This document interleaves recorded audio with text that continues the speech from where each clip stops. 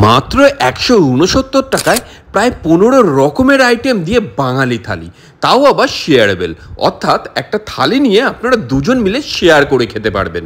কোথায় পাবেন এই থালিটা আর কি কি এবার রয়েছে এই থালির মধ্যে সেটা জানতে গেলে কিন্তু আজকের ভিডিওটা শেষ অবধি দেখতে হবে। তার আগে এই ভিডিওটা যারা যারা দেখছেন, কে কোথা থেকে দেখছেন সেটা জানাবেন আমাকে কমেন্ট বক্সে, যাতে পরের ভিডিওতে আমি আপনাদেরকে ধন্যবাদ জানাতে পারি। আগের ভিডিওতে যেমন কমেন্ট করেছিলেন মল্লিকপুর থেকে রাজু গাজী আর কন্টাই থেকে সাগর গড়াই। আর এই থালির মধ্যে প্রথমেই যেটা আমরা ট্রাই করলাম সেটা হচ্ছে লুচি। আর এই থালিতে কিন্তু 2 পিস লুচি আপনারা পেয়ে যাবেন, তার সঙ্গে সুজির হালুয়া।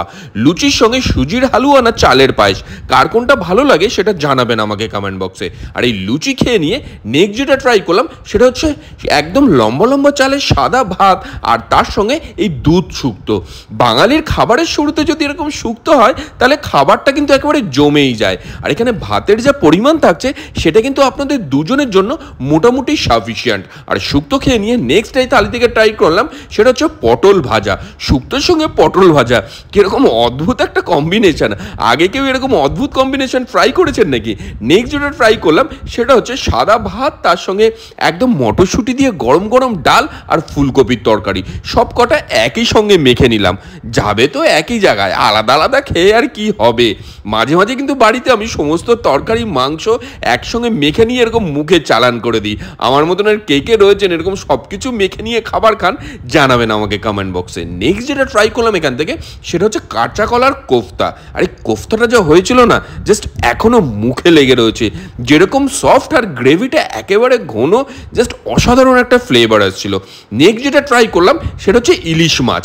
আর এই ইলিশ মাছে দেখে আপনারা জানেন যে আমি নিজেকে আটকে রাখতে পারি না, সোজা দিলাম একটা কামড় বসিয়ে। আর এই ইলিশ মাছটা কিন্তু থালির মধ্যে ছিল না, এটা আমরা আলাদা করে আলাকার্ট থেকে নিয়েছিলাম। আর নেক্সট যেটা ট্রাই করলাম সেটা হচ্ছে পাবদা মাছ। পাবদা মাছ কিন্তু একদম সর্ষে পোস্ত দিয়ে ঝাল করা হয়েছিল। আর এই পাবদা মাছটাও কিন্তু থালির মধ্যে ছিল না, আমরা আলাকাটেই নিয়েছিলাম। আর এই পাবদা মাছের সাইজটা কিন্তু মোটামুটি অ্যাভারেজ ছিল, কিন্তু গ্রেভিটা বেশ ভালো হয়েছিল। সর্ষে পোস্তর একটা বাটা যে ঝাঁঝটা, সেই ঝাঁঝটা কিন্তু নাকে আসছিল, গরম ভাতের সঙ্গে মন্দ লাগছিল না।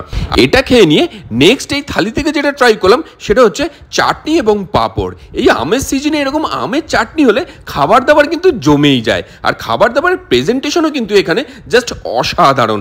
আর এই সমস্ত খাবার দাবার খেতে গেলে কিন্তু আপনাকে আসতেই হবে শ্যামনগরের 5 ফোড়ন রেস্টুরেন্টে, যেটা রয়েছে 23 নম্বর রেলগেট থেকে একদম কয়েক মিনিটের ওয়াকিং ডিস্টেন্সে। শ্যামনগর স্টেশন থেকেও কিন্তু 2 থেকে 3 মিনিটের রাস্তা। আর এই থালিতে নেক্সট যেটা ছিল সেটা হচ্ছে টক দই আর গোলাপ জামুন। আর এখানে খাবারের কোয়ান্টিটি যেটা থাকছে সেটা দুজনের জন্য যথেষ্ট সাফিসিয়েন্ট। আর এটা কিন্তু একদম 3 তলা রেস্টুরেন্ট, ফাইন ডাইনিং রেস্টুরেন্ট, যে কোনো পার্টি বুকিংয়ের জন্য আপনারা এখানে যোগাযোগ করতে পারেন।